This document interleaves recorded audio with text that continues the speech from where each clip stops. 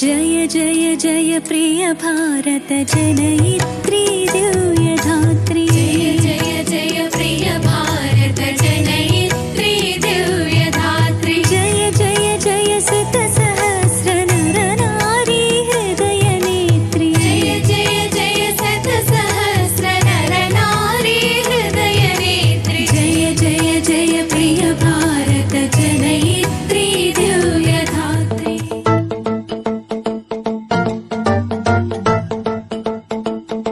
శ్రీమన్నారాయణ శ్రీమతే రామానుజాయ నమః.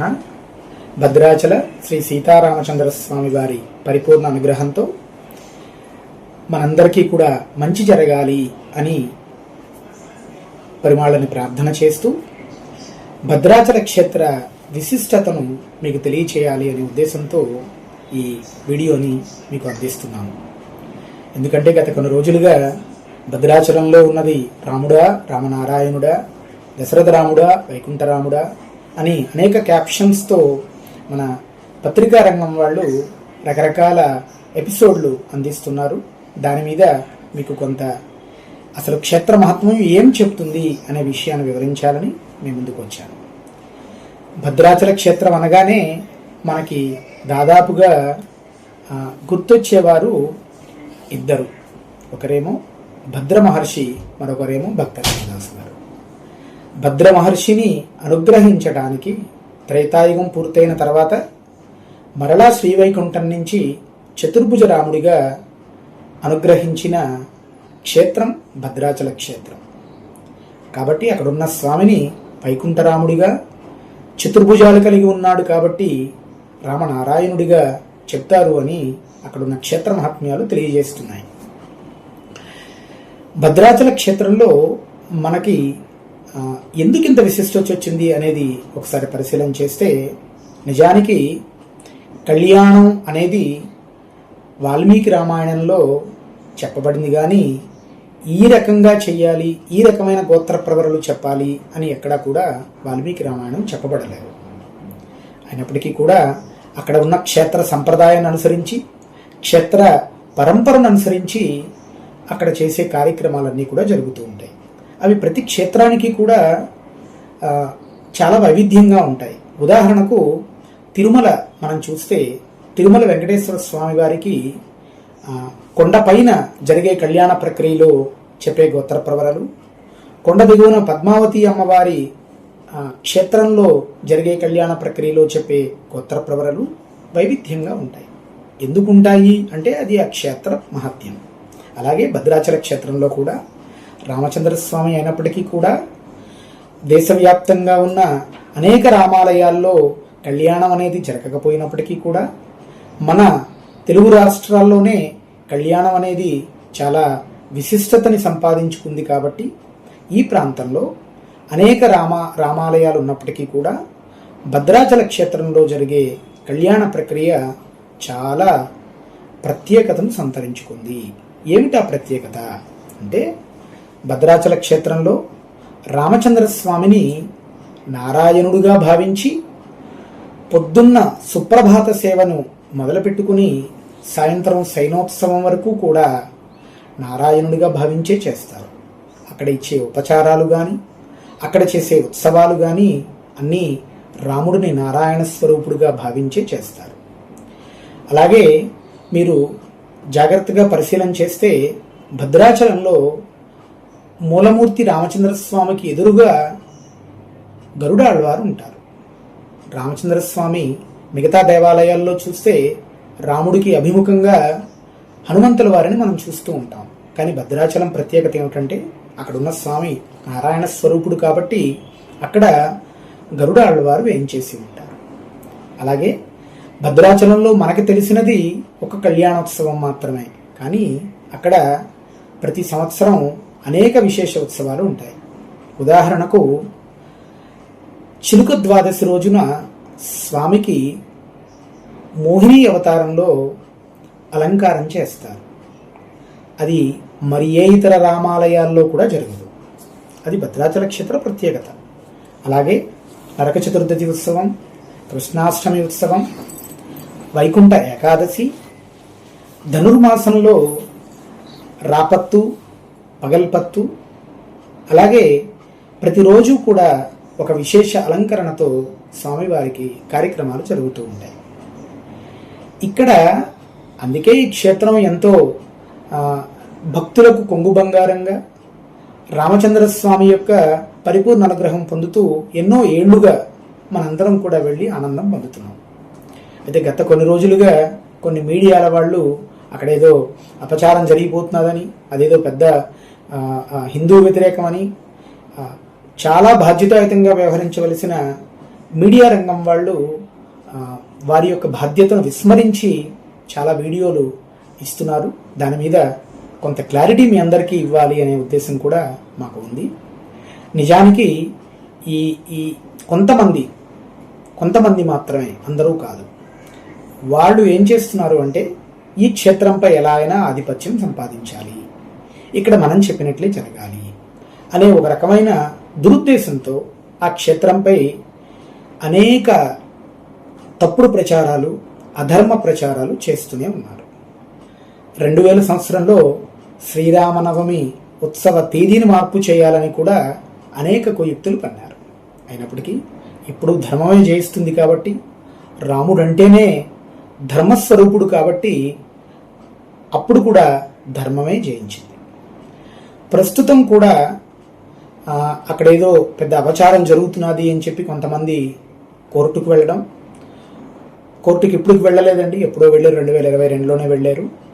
అప్పటి నుంచి ఎప్పటి వరకు కూడా అనేక వాదనలు వస్తూ ఉన్నాయి, అనేక రకాల వాద ప్రతివాదనలు జరుగుతూనే ఉన్నాయి. అంశం కోర్టులో ఉంది కాబట్టి మేము వాటి గురించి ఎక్కువగా ప్రస్తావించదలుచుకోలేదు. కానీ భద్రాచల క్షేత్రంలో ఎటువంటి అపచారం కానీ, ఎటువంటి దోషం కానీ జరగటం లేదు అనే విషయాన్ని మీకు చాలా స్పష్టంగా తెలియచేస్తున్నాము.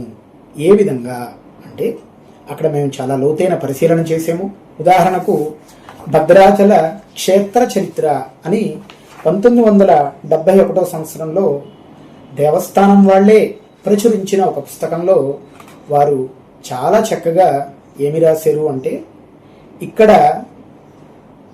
సీతా మహాలక్ష్మి అని చెప్తారు, అంతేకాని జనక దశరథుల ప్రసక్తి ఉండదు అనే విషయాన్ని చాలా స్పష్టంగా వాళ్ళు రాసి ఉన్నారండి.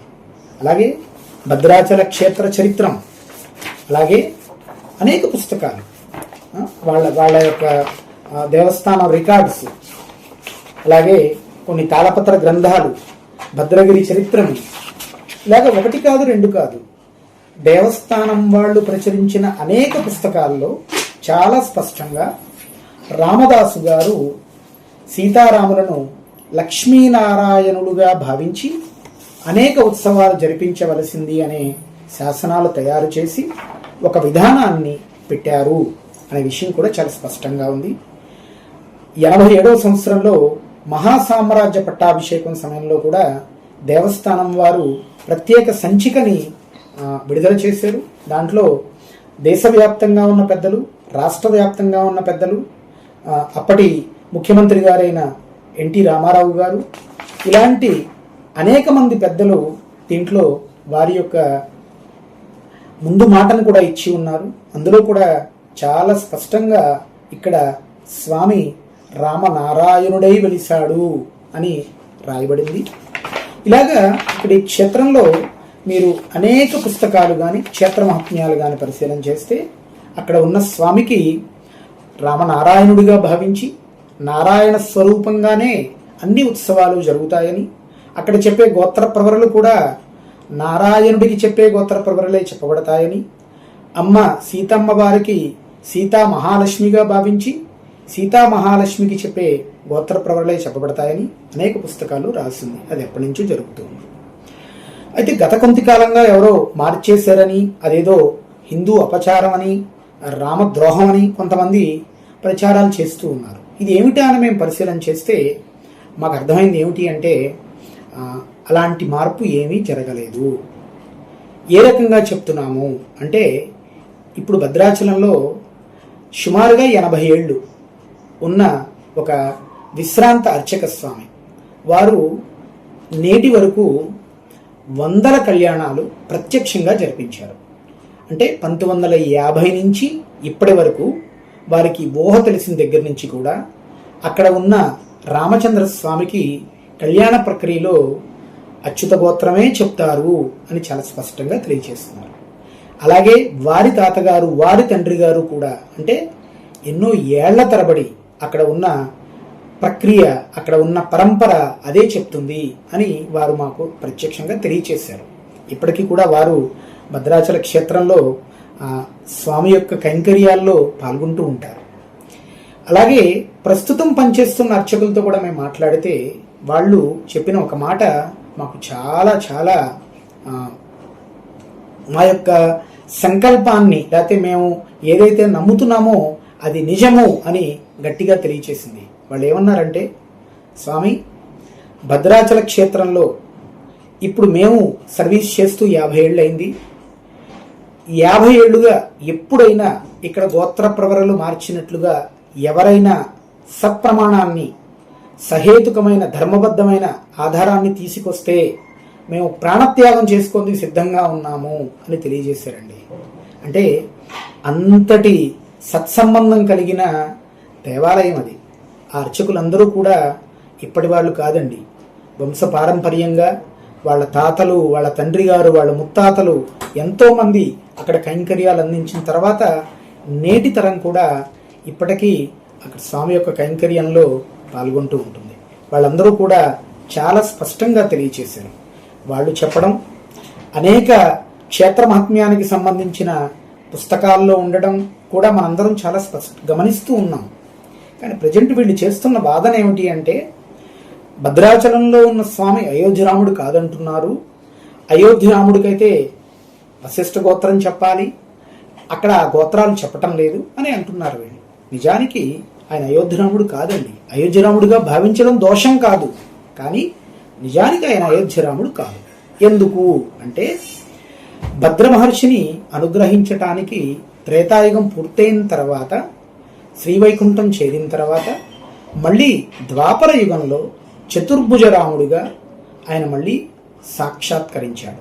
కాబట్టి ఆయనని వైకుంఠరాముడుగాను, రామనారాయణుడుగాను అక్కడ క్షేత్ర ప్రకారం సంబోధించడం అన్నది అక్కడ పెద్దలు నిర్ణయం చేసింది. అనేక గ్రంథాల్లో కూడా రాయబడి ఉంది. కాబట్టి అదే పరంపరని నేటి అర్చకులు కూడా కొనసాగిస్తూ ఉన్నారు.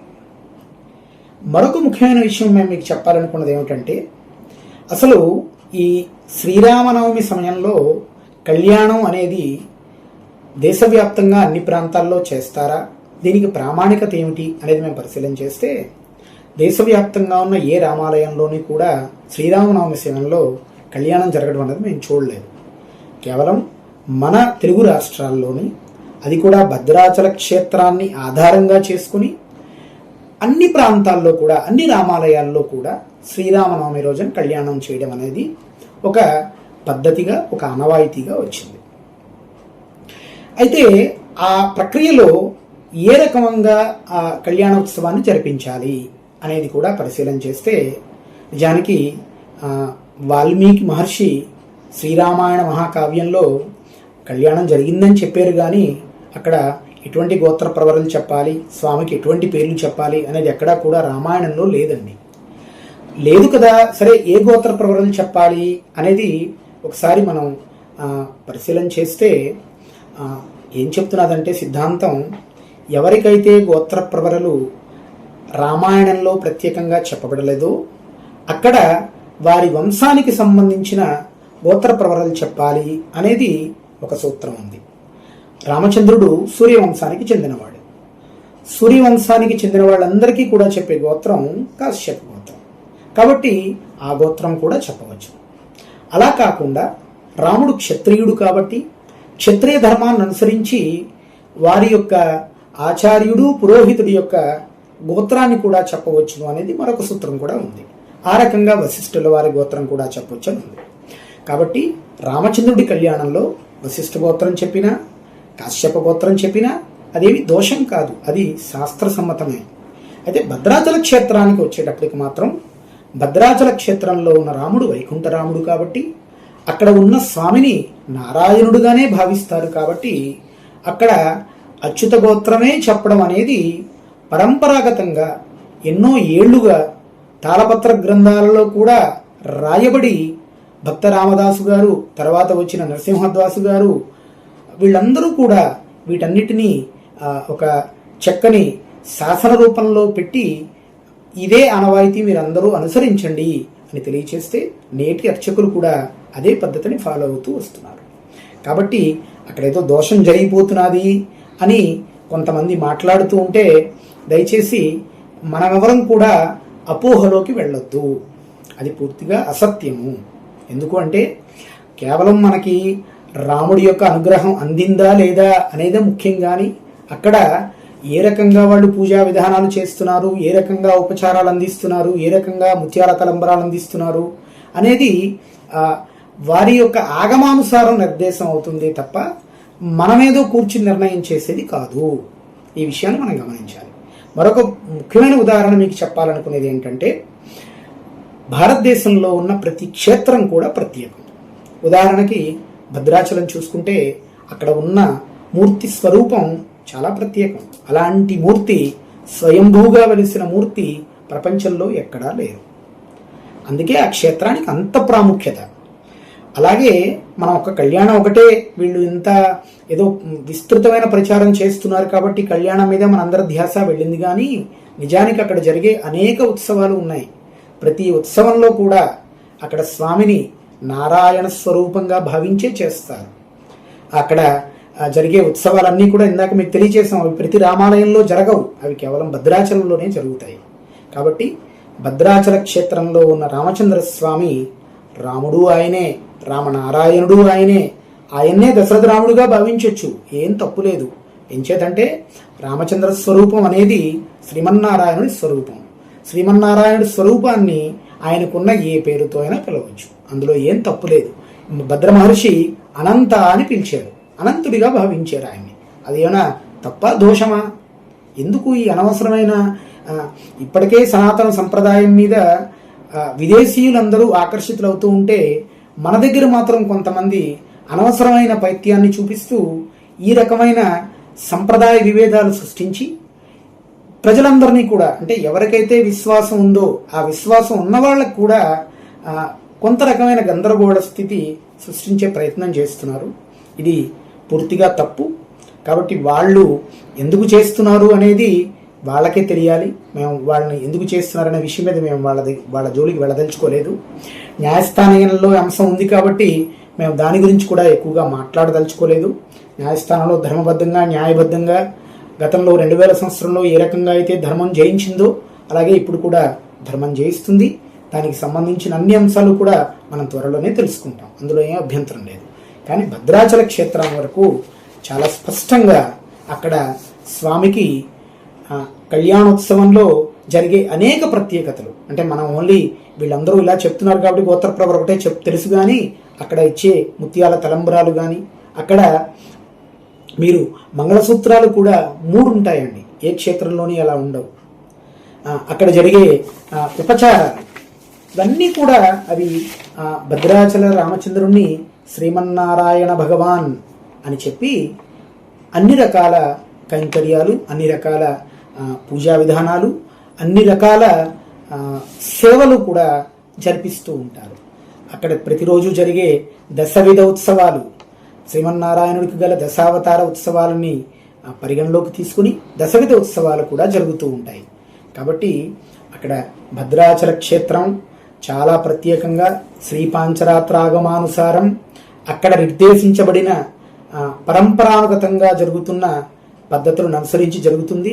అది పూర్తిగా వైదిక పరమైన ప్రక్రియ, అందులో ఎటువంటి సందేహం లేదు. ఆగమాలను మనం ఎటువంటి పరిస్థితుల్లోని కూడా అతిక్రమించకూడదు, ఆగమ సంకరం చేయకూడదు. ఆగమాలు ఏవి చెప్తున్నాయో, ఆగమాల్లో ఉన్న సంహితలు ఏవి చెప్తున్నాయో, ఆ క్షేత్రానికి ఏది ప్రధానమైన సంహితో తెలుసుకుని దాన్ని అనుసరించి అక్కడ జరిగే కార్యక్రమాలు చేయాలి అనేది కూడా